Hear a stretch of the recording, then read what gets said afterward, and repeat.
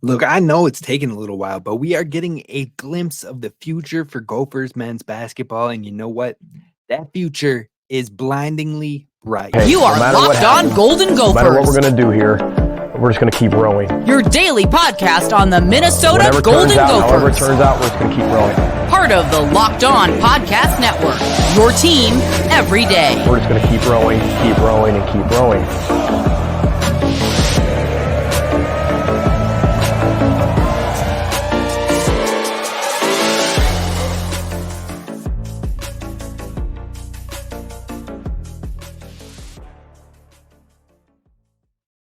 What's up, Gopher fans? You are listening to Locked On Golden Gophers, part of the Locked On Podcast Network, your team every day. My name's Kane Rob, host of the podcast, former collegiate football video coordinator and recruiting assistant, here to talk Golden Gophers with you each and every day of the week, Monday through Friday. Now, today it's Friday, and we're talking about some Gophers basketball, and it's going to be a good chat. But first of all, remember, I am recording a few shows ahead of time, so when you see me in the same sweatshirt, it's not because I'm stinky, I'm dingy, I'm dirty, I'm not over here taking a shower. I hope you have more faith in me than that. But what is happening is I'm getting some recordings in to make sure that I don't leave you high and dry with your daily Gophers content, but I've got some family situations going on, positive things, but overall, I will be back next week live with these shows. So today we're going to be talking about the future of Gophers men's basketball. And you know what? It's bright. It is promising, and it is bright for more than just the next season, but possibly multiple seasons down the line. We're seeing a lot of progress from Coach Ben Johnson,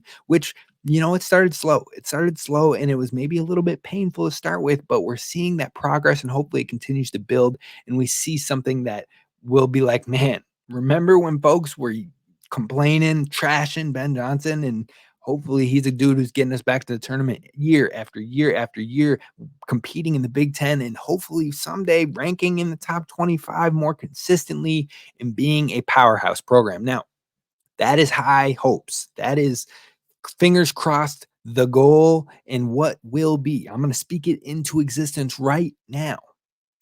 But that's going to be tough, and it's not going to be easy, but the future is bright. We're going to dive into what we've seen there. Then I want to talk a little bit about what we heard from Mark Coyle. It is not tournament or bust for Ben Johnson, and there's good reasoning behind that. And finally, we got to talk about the Gophers women's basketball team, because you know what? The tourney hopes may be over for this team, but there are things I would still like to see. So that's on today's show. We're going to talk about that future of Gophers men's basketball right now, though, because you look at this team and this roster right now, you see Cam Christie, true freshman, second on the team in points, balling out, finding a way to get it done. And you can see the potential just steeping from him.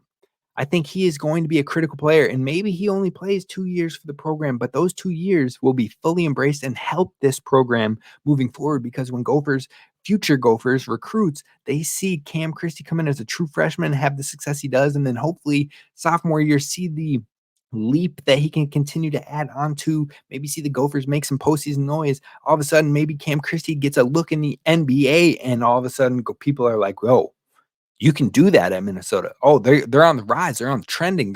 They're going somewhere. And that is huge in itself.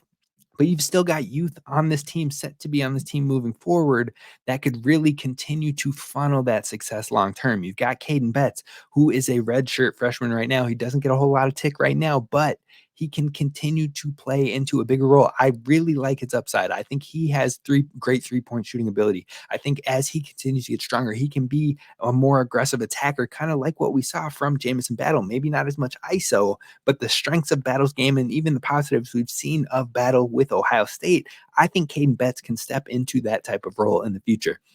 You look at the 2024 class, Isaac Asuma, Grayson Grove, both of those guys have high upside, especially Isaac Asuma, a top 100 player in the country. And the thing is, Ben was on him far before he was a top 100 player. He understand, he saw the skill set that he brought, how he could contribute to this team, how he would fit the system, and then saw what could be and how the type of worker he was, and the team he was playing with in AAU, and how he contributes there and understands the game and processes the game. Look, Ben Johnson has always been known for recruiting. People gave him some flack losing Dennis Evans in the recruiting period, and all of a sudden people are like, oh, look, his best guy didn't even come here, and all we have to show for it is this. Okay, look at what those players are doing on the floor. Look at Pharrell Payne. Look at Cam Christie. Both of them absolutely playing high upside basketball immediately in the Big Ten Conference. Look at Josh Ola-Joseph. He was more athletic, and he was a player I did not think would play in his freshman year. He goes on to start a ton of games. I think at one point he had started like 40 games straight or something close to it. I'm maybe pulling the wrong number out there, but regardless, high athleticism, high upside player who didn't play a ton in high school, but he's getting a lot of opportunities. He's getting a lot of moments, and he's growing and developing here. Braden Carrington was not a high-level defensive player in Minnesota in preps hoops. He wasn't. He was a good three-point shooter. He was a great leader on the floor, and he helped lead his team to a state championship on top of being Mr. Basketball, but defense was not a strong suit. Now he's one of the best defenders when it comes to wing defenders, guard defenders in the entire Big Ten Conference, and he can really slow heavy scorers down. Those guys have cotton flack for not being heavy, high recruited, 5-star, high 4-star type guys. Pharrell Payne eventually got into the 4-star category. Cam Christie eventually got into the 4-star category. Isaac Asuma eventually got into the 4-star category. Dennis Evans was in that 4 or 5-star category and was going to come here before all the NIL hoopla. Look at what he is doing, both on the floor of what these young players are getting, but also how these recruits that are under-recruited, undervalued, he's getting those relationships going early, and as they continue to progress and get the notoriety, they're locked in here because, look, I love the relationship I have with coach. I like the coacher. I like what he's saying we're going to do. And now you're seeing what he's been telling these guys they're going to do starting to add up, starting to make sense, starting to come together. So overall, Ben Johnson is swinging for quality and the right fit for this team, and you can see it starting to come together. And it's not just with your recruits. You're seeing it with the transfer portal players as well. Elijah Hawkins played it successfully here. Jameson Battle, Dawson Garcia, who else? Mike Mitchell Jr. There's been a number of players. Talon Cooper. They played into success here, and maybe they don't always stay, but we're getting a lot of production from the guys that Ben Johnson is finding. He has a good eye for talent, and as much as people want to give him flack for those first 2 seasons, you're starting to see the holistic picture come together.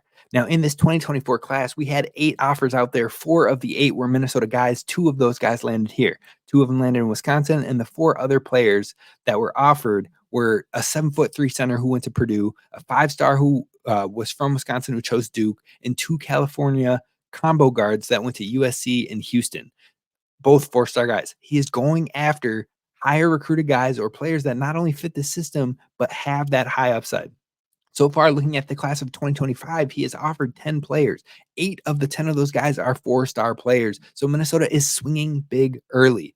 Now, on top of this, each of these players are outside of the state in that 2025 class. So there's still room to grow that prospective class as more Minnesota players get ranked, get more involved in the recruiting rankings of On3 and 247 and all of that. And you'll start to see more connections there too. So there's a lot of potential with that 2025 class, and there will probably be a lot of scholarship openings for that class as well.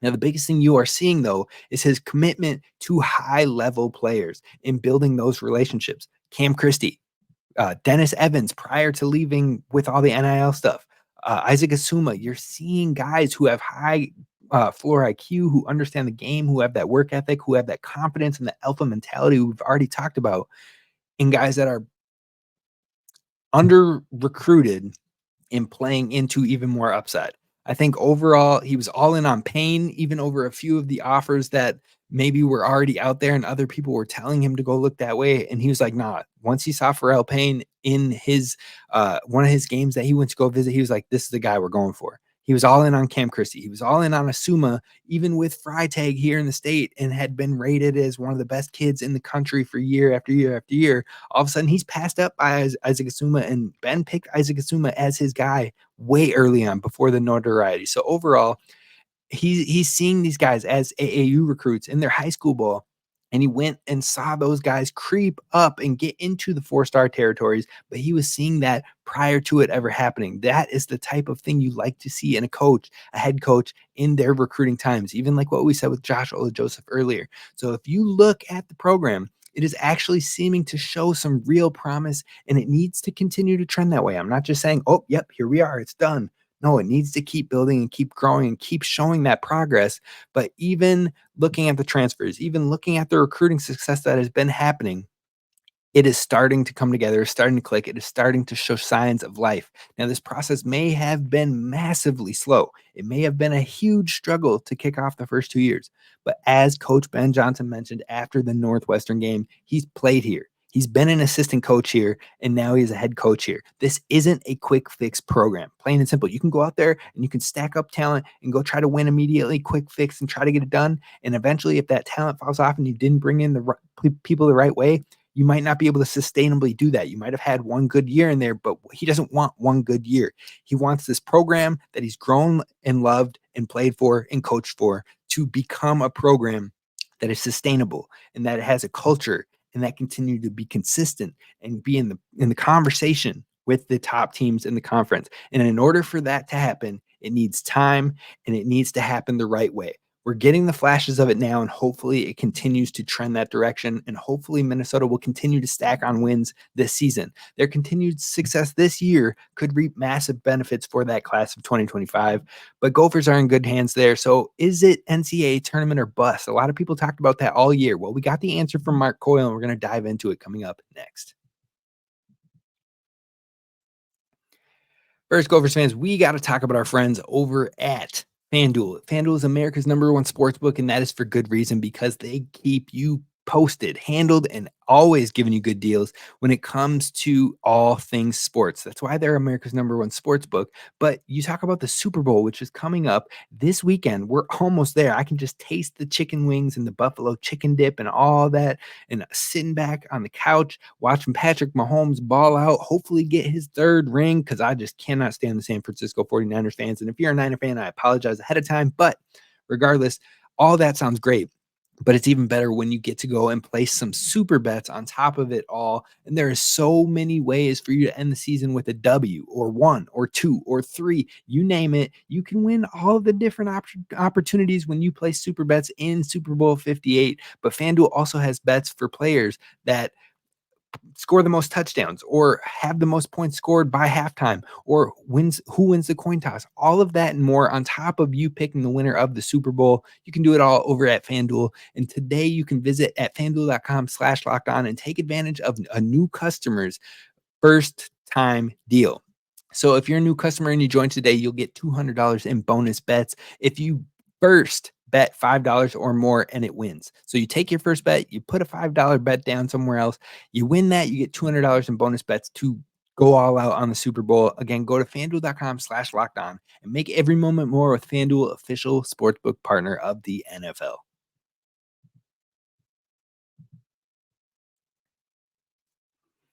All right, Gophers fans, we're talking about the tourney. And Mark Coyle made a statement the other day, and people have been asking all offseason, is Ben Johnson going to get fired if they don't make the NCAA tournament? Is it tourney or bust? Is he gone?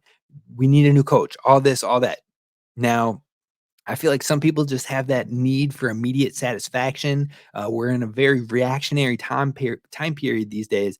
But Mark Coyle put it to rest. He said, no, it is not end all be all. If we don't make the tourney, Ben's gone. That's not what it is. It's not tourney or bust.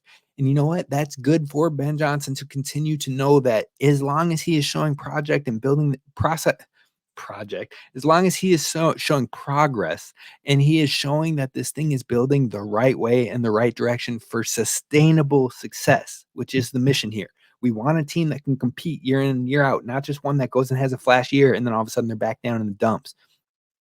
And if he continues to show that, which we just talked about with the future outlook, and you're seeing that progress this year in year 3, and if they can continue and maybe get into an NIT, make some Big Ten tournament play success, or find their way to the NCAA tournament, it is only helping you stack on wins and stack on progress for the future of this program. Now, Coyle said himself, it is not tourney or bust, but the one thing that I have learned with Ben Johnson personally is that he is competitive as all get out. So his goal is absolutely to get to the tourney. His goal is to absolutely go as far as this team can possibly go and then some. And he knows what it takes to push this team's buttons. He knows what it takes to spark this team in the second half. And if he can bring that same spark to the first half, this team could be a dangerous team even in this season. Now, early in the week, we discussed what it would take for Minnesota to have a strong shot at a tournament. Now, that being said, I don't think you claim this as a bad season if they don't make it, because so far there have been major strides for this program and improvements. You have a team that is bought in on the culture, bought in on that committed to family C2F approach that Ben Johnson and his staff have here. On top of that, multiple young recruits who have shown the potential and special ability early on, even when they weren't initially ranked higher, and they moved their way up in through those recruiting rankings. Now, overall, Ben has been on them early in the recruiting process, and that has been huge for the chemistry and the relationship building and the opportunity to have those players want to play for Minnesota. That is something that is a positive, plain and simple. And then now you see the wins are finally coming and they're ticking up. You're seeing closer games with higher ranked opponents. Wisconsin was a top 10 team, and Minnesota took them down to the wire and just barely missed a buzzer beating shot to tie the game and send it to overtime. On top of that, with the wins ticking up, with the recruiting doing well, on top of that, you are seeing successful swings on many transfers. Jamison Battle, Dawson Garcia, Talon Cooper, Elijah Hawkins, Mike Mitchell Jr. Ben has been finding great pieces for the system that are playing into upside coming from lower schools, low major schools, all of that. Now, that has all been nice and welcomed. But on top of that, the competing with the ranked teams, the competing with most teams in this entire conference, they need to close out some more games. They need to play better in the first half so they don't have these huge gaps to climb back from. But you see them competing in a legitimate team in this Big Ten conference. And it's why they're in the middle of the mix right now. And they can continue to strive forward if they can keep clicking and keep putting it together. But you are seeing the progress, and that's why this season won't be counted as a bad season. But there's still work to be done.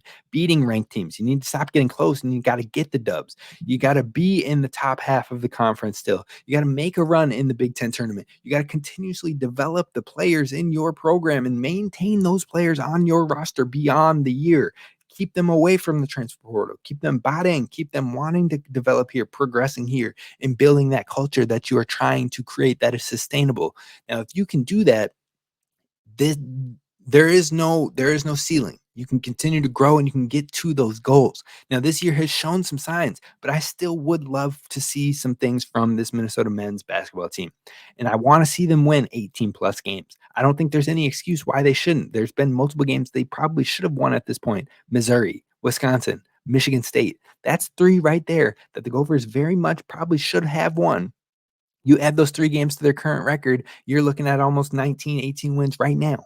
So Minnesota can definitely be a 18 plus win team in this season, and they need to find a way to get it done. On top of that, I would love to see some Big Ten tourney games in Minneapolis turn into wins. Get a little run going, get the hometown city behind you and excited to go to the Target Center and watch this team ball out. On top of that, make the NCAA tournament. I would love that. You would love that. We would all love that, of course. But if you don't, get a large NIT run going. Get a championship game in the NIT. Win the NIT. Go out there and do it. We've seen it happen with Ben Johnson on staff before. Go do it as a head coach. Maintain your players and don't lose them to the portal. That is going to be huge. And I think they can do it. I think this team is bought in. I think this team loves the culture. I think this team is ready to continue to prove the rest of the outside world wrong. Now, if those things continue to trend in the right direction, I am more than happy to see things continuing with Ben Johnson and seeing things continue to grow and him to prove people wrong in the long term. I think it's all right there. I think it's all on the table, and it's still a possibility. And hopefully we see that possibility come to fruition for both the program and the Gophers players and staff. But on the flip side of things, another young team in the Gophers women's basketball team, they lost their best player and they're struggling now. And that's plain and simple. But all is not lost. All is not done. It's not time to just chalk it up and call it a season. There are things we need to see from the women's basketball team that are right there for the taking. And I want to talk about what those are coming up next.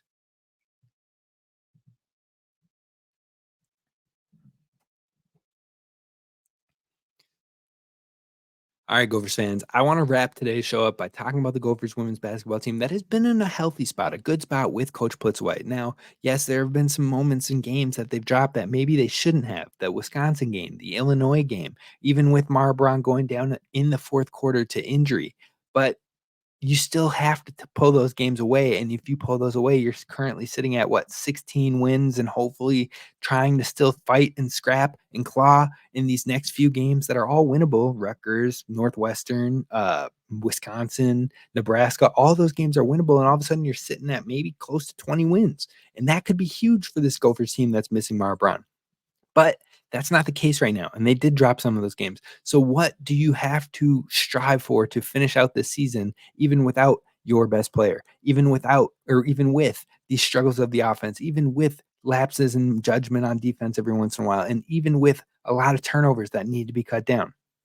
But the things that this Gophers team has to focus on to round out this 2023-24 season is, first off, the younger players have to start to make strides in Mara's absence. You have to find ways for players to understand how they can play and not rely on one player, because yes, Iowa relies on Caitlin Clark, but Caitlin Clark can go sit on the bench and you can still get big minutes from a couple of those other players. Kate Martin, Hannah Stolke, those girls will step up in her absence and be able to keep the offense generating, keep the system flowing. And that's what the Gophers are missing right now. They have the players that can do it. Mallory Heyer, Grace Groholski, Sophie Hart in the post, Amaya Battle, Janae Sanders. They've all shown moments where they can get it done and be aggressive and be a player that is hard to stop or gives the team problems. But they haven't shown consistency. They haven't shown the ability to go in and do it even when Mara was on the floor, but yet alone when she's not and it is asked for and needed and called upon right now and you need it on a consistent basis, that is where they haven't been able to do it. But you have time. You still have multiple games left to play. And if you can start to put those wins together, start to put those moments together, this team becomes deadly in the next season of 24-25, which is still a relatively young team, which is still a team that brings back a ton of experience now and a ton of players that played into confidence and played into moments that maybe they wouldn't have gotten with Mara Braun on the court. Well, now she's not. And you have to start to figure out those little wins and those little victories of your individual game and how you can contribute in a different manner. And that will go huge in the long run of this program. On top of that, what I want to see from this Gophers women's basketball team is they have to finish above 500. Plain and simple. You're too far ahead at 14-8, 14-9 to be able to start off the year at like 14-4 and then not get above 500. You have to find a way to put some more wins together and maybe get into a postseason play, get into the WNIT and make some noise there, build some success, build some postseason play experience. So that way this team isn't not necessarily the youngest team anymore next year, but it's not a team that doesn't have postseason play and doesn't understand how basketball gets different in March. We need those opportunities, so they need to find a way to get above 500 and get into the NIT at the very least. Finally, you would love to see this team pull off an upset, whether it's in the NIT, whether it's in the closing games of the Big Ten. If they can find a way to pull off an upset and generate that confidence and generate some momentum and generate belief in this team and what they have already shown, but also what they can do without their best player and knowing once she's back in the future that this team is deadly, that will be huge for this young Gophers team moving forward.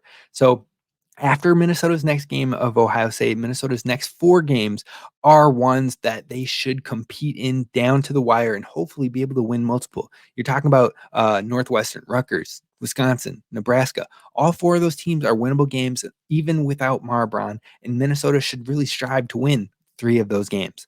Maybe strive to win all 4. Well, I mean, they're going to try to win all 4 of the games, but if you can go out there, even without Mara, and win 3 out of 4 of those, that is huge for your team's confidence, huge for your team's progress, and huge for the program moving forward beyond this year. So yes, the high end upside of this Gophers women's basketball team is definitely dwindled with the Mara Braun injury, but this team can be used as a team to make next year's team even more dangerous with many of these players back. Now's the time to start to make those moments, start to find those grooves, and start to make that progress into 24-25. Hopefully the Gophers women's basketball team can put that together, but that's going to do it for us on today's show. I hope you enjoyed it. Next week, we are going to talk about 9 future Gophers with the highest upside, in my opinion, that are currently with the program on the roster. We'll get into that and much more. I'll see you then. Row the boat, Sky Yamago Gophers, and as always, don't forget to subscribe.